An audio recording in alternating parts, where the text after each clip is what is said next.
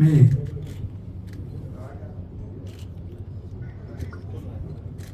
Deputy CM Vijay Sinha ji ने 3 बात कही। फाइल मांगते मांगते थक जाता हूं, कोई देता नहीं है। लिखते लिखते थक जाता हूं, फाइल गायब हो जाता है। अंत में एक ही जवाब होता है कि फाइल में आग लग गई। ये प्रदेश के डिप्टी सीएम साहब सिंगला कंपनी, जिसको कई स्टेट में वार्ड कर दिया गया, ब्लैक लिस्टेड कर दिया गया। पटना राजधानी के टेंडर में भी उसकी पुल टूटी थी। और एक ही स्टेट नहीं है, सिंगला कंपनी के साथ लगभग जितना डिपार्टमेंट है, चाहे आरडब्ल्यूडी, चाहे ग्रामीण, लगभग जो टेंडर हो रही है उसमें सब के सब नेता, बिचौलिया और पदाधिकारी के मिलीभगत से। मेरा मानना है कि यह प्रदेश कंप्लीट रूप से पदाधिकारियों के रामो कर्म पर जिंदा है। पदाधिकारी का आतंक है, पदाधिकारी के परिवार फल फूल रहे हैं, पदाधिकारी लोग जनता के पैसे को अपने परिवार में लगा रहे हैं। एक भी मंत्री, मुख्यमंत्री, उपमंत्री का कोई आदेश पालन नहीं हो रहा है। जब डिप्टी सीएम का फाइल मंगाना कोई नहीं सुनता, तो मेरा एक नेक सलाह होगा विजय बाबू को कि अविलंब आपको इस्तीफा करना चाहिए और जनता में मैसेज देना चाहिए कि जब हम अपनी मंत्री खुद अपनी रक्षा नहीं कर सकते, तो इस प्रदेश के 13 करोड़ लोगों की रक्षा अब नहीं हो सकती है। क्योंकि सदन में एक दूसरे से सब मिले हुए, सदन में मुद्दों पर बात नहीं होती। इस प्रदेश की स्थिति अच्छी नहीं है, हालात अच्छे नहीं है, क्योंकि सब एक दूसरे के चोरी के बारे में जानते हैं। सदन सिर्फ अखाड़ा बन गया है 2025 के सियासत, कुर्सी और एक दूसरे के चोरी को बचाने का। इसलिए पूरी सिंगला कंपनी की जांच 10 मार्च के बाद इसकी पूरी जांच के सदन में हम लोकसभा में उठाएंगे। और इतनी ही नहीं, जो भी कंपनी पुल बना रही है या कोई भी आरडब्ल्यूडी से लेकर के, जिसमें नेताओं की मिलीभगत है, ग्रामीण से लेकर भारत सरकार को मैंने चिट्ठी लिखा है कि 20 साल के अंदर जो भी टेंडर हुए उसकी पूरी जांच करें। प्रधानमंत्री जी को भी, मुख्यमंत्री जी को भी, क्योंकि बिहार के मुख्यमंत्री तो अब सिर्फ पदाधिकारियों ने उन्हें निस्तब्ध कर दिया। वो काम करने वाले व्यक्ति थे। पता नहीं नीतीश कुमार जी किन परिस्थितियों में मूक दर्शक बने हुए, क्यों चुप है? क्या कारण है कि इस प्रदेश की प्रगति रुक गई, जो बजट से समझा जा सकता है? बिहार का बजट मुझे लगता है कि ऐसा बजट मैंने किसी भी, जो सबसे छोटा प्रांत है, उस प्रांत में भी इतने कम की बजट के साथ, और कोई विजन और दूरदर्शिता नहीं, प्रगति और सकारात्मक दृष्टि नहीं, और बिहार के विकास को लेकर के खास तौर पर नौकरी का कोई विजन नहीं, युवाओं का कोई विजन नहीं, भ्रष्टाचार का कोई विजन नहीं, और माफिया राज का कोई विजन नहीं। इसीलिए मैं आदरणीय विजय जी से आग्रह करूंगा कि आप सभी मंत्री उस लायक नहीं बचे हैं। लगभग मंत्री वसूली कर रहे हैं, लोगों से पैसा वसूल रहे हैं, लगभग, चाहे वो पीएचडी, चाहे वो आरयू, सभी टेंडर में पैसा वसूल के मंत्रियों को पदाधिकारी के द्वारा भेजा जाता है। हेडक्वार्टर में जितने पदाधिकारी हैं, चीफ इंजीनियर और डिप्टी सेक्रेटरी देखिए, सब वसूली में लगे हुए हैं। और मंत्री से लेकर के मुख्यमंत्री को छोड़ सभी लोगों की तिजोरी और संसद जो भी पदाधिकारी है, सब लोग की वसूली हो रही है। लगभग सभी लोगों की वसूली, लगभग आप समझ लीजिए कि इस प्रदेश की हालात बहुत बुरी, और अब विकास नहीं होना, सबका चुनावी मूड है, और अब सब चुनाव के लिए प्रदेश को लूटने में लगे हैं, और प्रदेश की जिम्मेदारी और दायित्व से मुकर गए। दूसरी बात, याद होगा एक लड़का जिनका नाम राम बाबू आरा, इनको लेकर के हमारे मित्र जो बहुत अच्छे हैं, नीरज जी, एक ईमानदार एसपी पर प्रेशर देके पूर्णिया में उन्होंने जो प्रेस कॉन्फ्रेंस किया था, इनको नीरज जी जदयू ऑफिस में बुलाए। सीसीटीवी फुटेज है उस तारीख के पहले की, जदयू ऑफिस में बुलाकर इन्हें ट्रेनिंग दी गई, और वही सिक्योरिटी हॉल में मेरे खिलाफ एक वीडियो इनसे बनवाया गया जदयू ऑफिस, और वहीं से हमको धमकी दिलवाई गई। कहा यह गया कि पप्पू यादव के धमकी को डाइवर्ट करने के लिए तुमको ये काम करना है। नीरज जी ने 2 लाख रुपया बेचा, और उन्होंने इन्हें चुनाव लड़वाने की बात की। कोई एक राजद के नेता है, क्या नाम है, हरिकांत सिंह और चिक्कू सिंह, हेलो चिक्कू सिंह, ऐसे ही बोलिए ना सर, चिक्कू सिंह, बिना माइक के बोल लीजिए, ऑडियो सब खत्म है। आप आश्चर्य होगा आपको, चिक्कू सिंह जी इनको लेके आए नीरज जी के पास।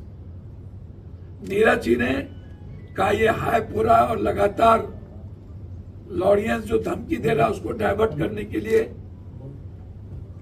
ताकि डाइवर्ट हो और खुद पप्पू यादव पर साजिश लगे और मेरी जान की हत्या को कमजोर करने के लिए नीरज जी ने किसी से बातचीत करके, मुझे समझ में नहीं आता क्या इतने बड़े पार्टी और गंभीर नेता जो नीतीश जी है, उनके प्रवक्ता इस तरह होंगे। इनको यहां के बाद धमकी दिलवा करके छोड़ दिया गया। उसके बाद एसपी पूर्णिया को फोन करके इनका मोबाइल नंबर दिया गया, इनसे बातचीत किया। वहां के पदाधिकारी यहां आए, गाड़ी से लेके गए, आधा घंटा इनको मात्र लॉकअप में रखा गया और इनको कहा गया कि मैं जो जो प्लान करता हूं वो आप बोलिए। पप्पू यादव जी के अमुक आदमी का नाम लीजिए कि पटना में हमें मिले थे, नहीं तो जेल में बंद कर देंगे। गाली गलौज की गई। एसपी साहब पर पटना से प्रेशर दिया गया कि आप वहां पर ये प्रेस कॉन्फ्रेंस करें। आज जब हम आए तब ये आए कि मेरे जान को खतरा है, फिर मुझे परेशान किया जा रहा है। मैं ना आपको जानता था। हम जेल से जब निकले, चिक्कू सिंह हमको जदयू ऑफिस में ले गए। फिर जब हम लौटे पूर्णिया से तो दोबारा हमको पूर्णिया थाना से फोन आया कि आप सचिवालय थाना चले जाओ। और सचिवालय थाना आप गए? सचिवालय आए थे। सचिवालय वो बोले थे पटना आ गए सचिवालय, उसके बाद वो बोले कि जेडीयू कार्यालय चले जाओ। सचिवालय में बोला गया जेडीयू कार्यालय फिर चले जाओ। दोबारा गया? हाँ, दोबारा। वहां फिर कौन मिला? नीरज। नीरज जी, आप आप बताइए क्या हुआ, बोलिए।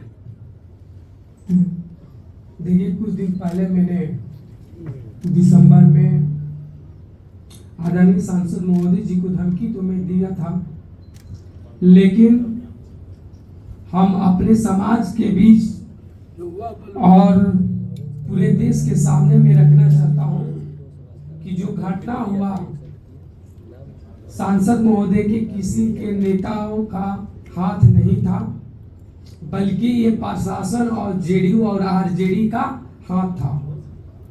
और 1 दिसंबर को जो मैं जो घटना जैसे हुआ उसको मैं बता रहा हूँ कि पहले हमको पटना बुलाया गया आरजेडी नेता के द्वारा, और फिर चिक्कू सिंह जो है आरजेडी के नेता है, उन्होंने हमको जेडीयू दफ्तर ले गए और वहाँ के प्रवक्ता है जेडीयू के नीरज सिंह जी, उनसे मिलवाए।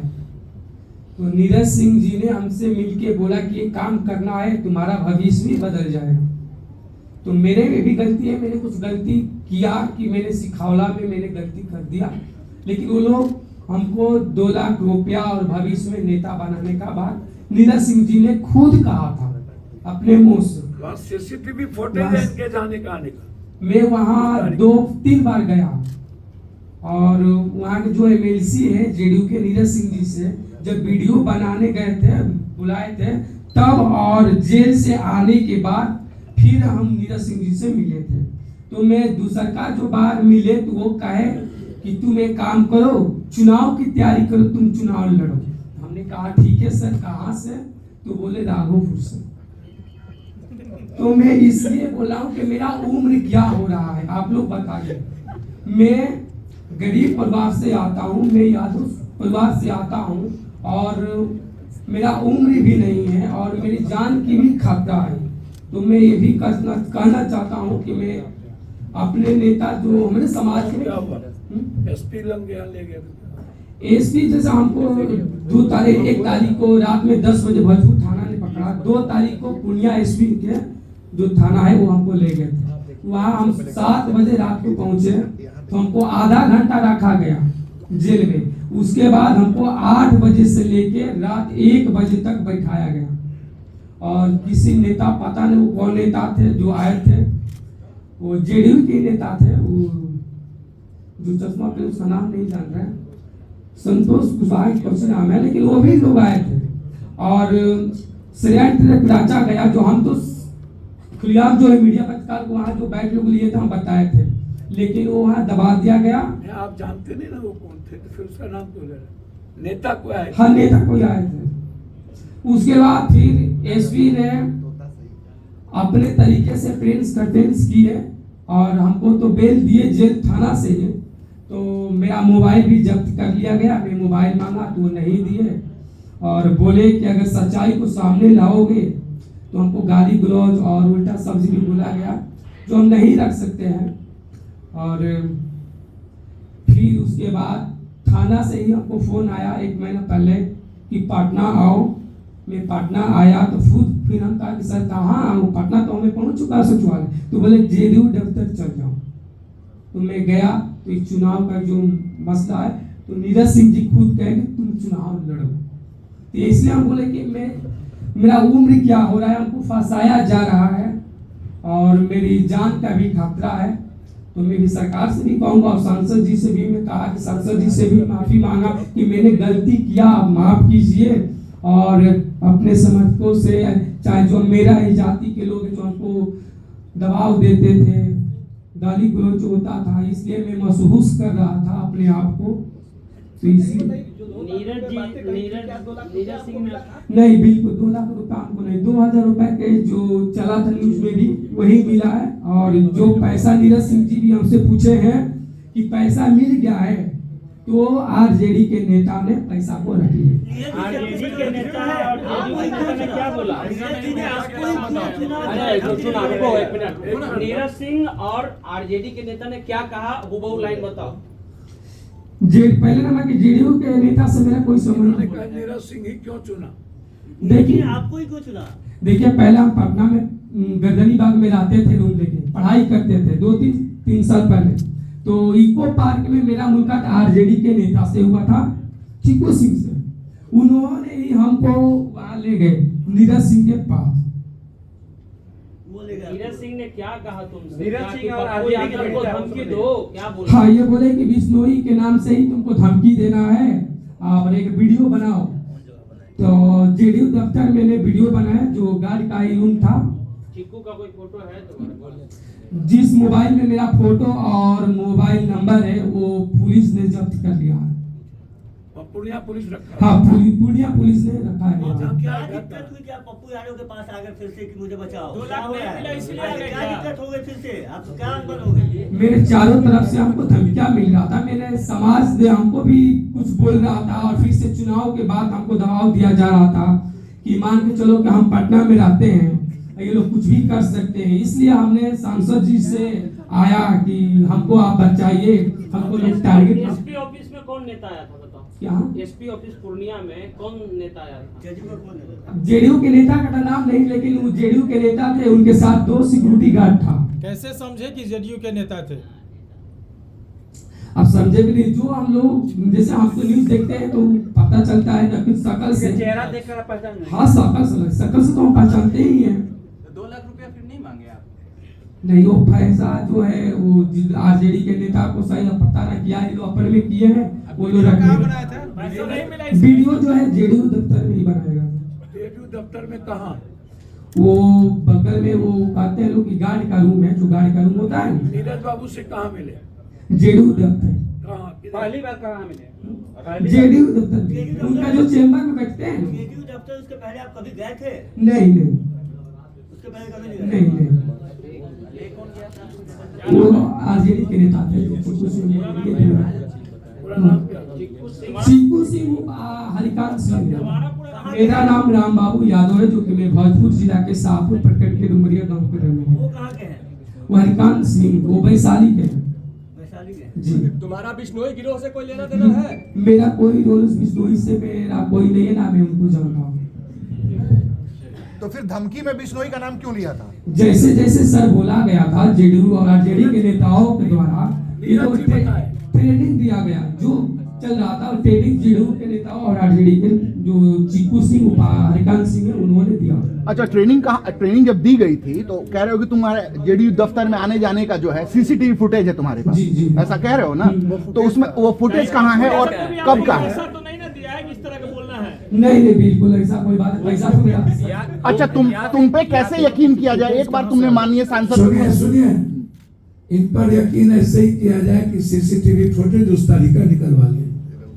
तारीख याद है तुमको? 1 तारीख का 1 महीने का पहले। अरे 1 महीना कब?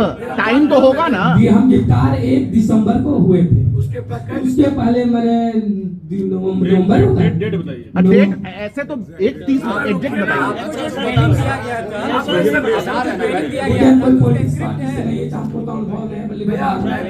गिरफ्तारी के क्या दिन पहले? गिरफ्तारी से पहले 5 दिन पहले, 5 दिन पहले हमको बोला गया था कि 1 दिसंबर को ही छोड़ना है वीडियो। तो हम 1 दिसंबर को वीडियो छोड़े थे और जो कॉल डिटेल जो चल रहा था, जो ट्रेनिंग दिए गए थे, उसी हिसाब से मैंने कितने देर ट्रेनिंग चली थी तुम्हारी? हाँ? कितने देर ट्रेनिंग चली थी तुम्हारी?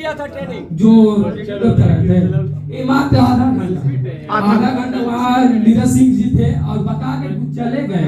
वीडियो जो बन रहा था अकेले ना सुनिएगा। कब ट्रेनिंग दिया? समय वही 12-1 बजे के 12-1 बज रहा था दोपहर में। माननीय सांसद महोदय को फंसाने की रणनीति बताई गई थी तुमको। हाँ, क्या क्या सिखाया गया था, एक बार फिर से बता दो जरा 1 लाइन में।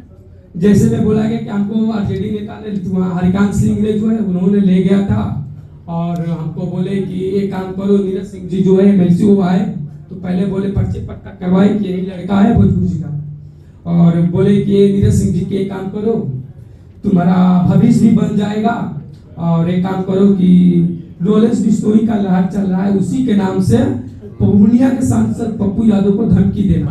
हमने भी बोला था कि सर नहीं देंगे, वो बड़े आदमी आप देंगे। उन्होंने आश्वासन दिया था कि नहीं कुछ नहीं होगा तुमको। तो वो लोग जैसे ट्रेनिंग दिया गया, उनके द्वारा सिखाया गया कि रोलेक्स बिश्नोई के ही नाम से देना है, जो चला था उसी हिसाब से। सुनिए भैया, मैं भगवान की सौगंध कहता हूं कि आज के पहले मैं इनको कुछ नहीं जानता था। आज सुबह ये मेरे जब 5 बजे आए, मुझे जिस मंदिर मस्जिद में कसम खिला दीजिए, और मैं ये सब चीज भूल चुका था, मुझे कोई लेना देना नहीं।